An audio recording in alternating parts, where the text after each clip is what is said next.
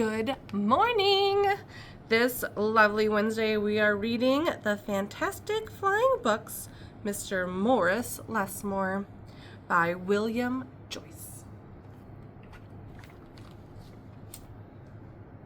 Morris Lessmore loved words. He loved stories and he loved books.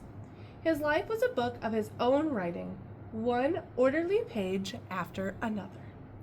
He would open it every morning and write of his joys and sorrows and all that he knew and everything he had hoped for. But every story has its upsets, and one day the sky darkened and the wind blew.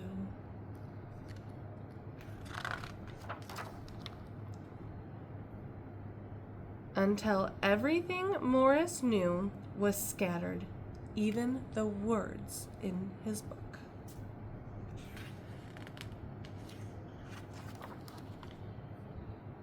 He didn't know what to do or which way to go, so he began to wander and wander.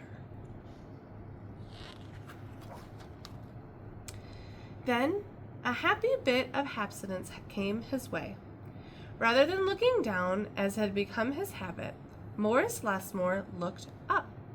Drifting through the sky above him, Morris saw a lovely lady.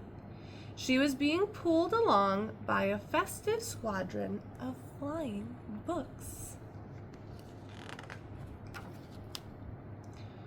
Morris wondered if his book could fly, but it couldn't. The flying lady knew Morris simply needed a good story, so she sent him her favorite. The book was an amiable fellow and urged Morris to follow him.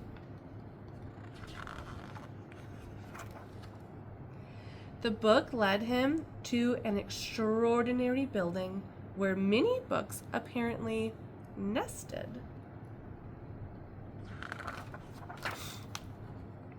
Morris slowly walked inside and discovered that the most mysterious and inviting room he had ever seen. It was filled with the fluttering of countless pages, and Morris could hear the faint chatter of 1,000 different stories, as if each book was whispering an invitation to an adventure. Then his new friend flew up to him and landed on his arm. It held itself opening as if hoping to be read, and the room rustled to life. And so Morris's life among the books began.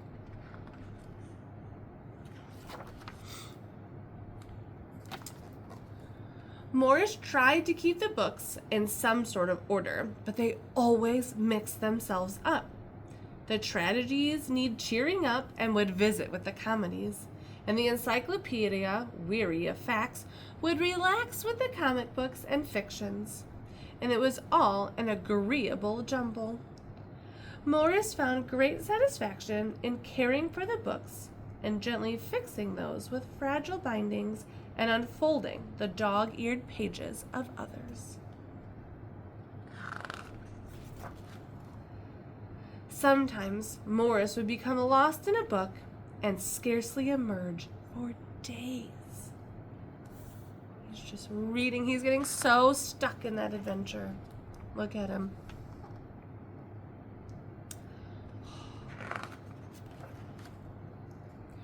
Morris liked to share books with others. Sometimes it was a favorite that everyone loved, and other times he found a lonely little volume whose tale was seldom told.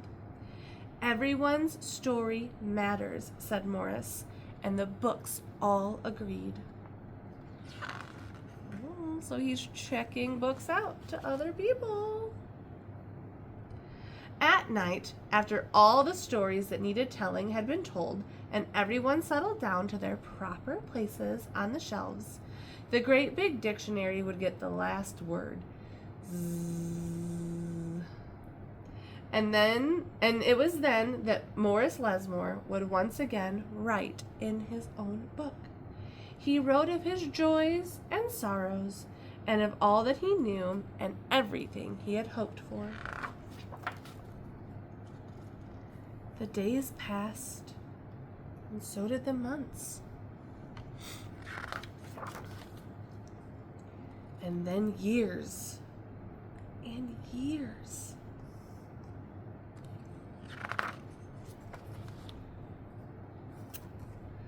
And Morris Lessmore became stooped and crinkly, but the books never changed. Their stories stayed the same. Now his old friends took care of him the way he had once cared for them. They read themselves to him each night.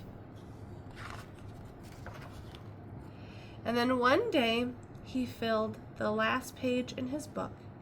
He looked up and said, with a bittersweet sigh, "I guess it's time for me to move on." The books were sorry, but they understood. Morris put on his hat and took his cane. As he went to the door, he turned and smiled, and then waved goodbye. "I'll carry you all in here," he said, as he pointed to his heart. The books waved their pages, and Morris Lessmore flew away. As he flew, he changed back to the way he had been that long day ago when they'd all first met. The books were quiet for a while, and then they noticed that Morris Lessmore had left something behind. "It's his book," said his oldest friend. Inside was Morris's story, all of his joys and sorrows, all that he knew and everything he had hoped for. Look. I don't know if you can see, but in his book, it's the woman flying to him. Then the books heard a small, expectant sound. There, in the doorway, was a little girl. She looked around with wonder, and then something fantastic happened. Morris Lessmore's book flew up to her and opened its pages. The little girl began to read, and so our story ends where it began, with the opening of a book. How cute is that? So, what's going to happen to her? There's just a cute picture of Morris. Okay. I hope you all enjoyed the book. Have a wonderful morning. I will see you in a little bit. Goodbye.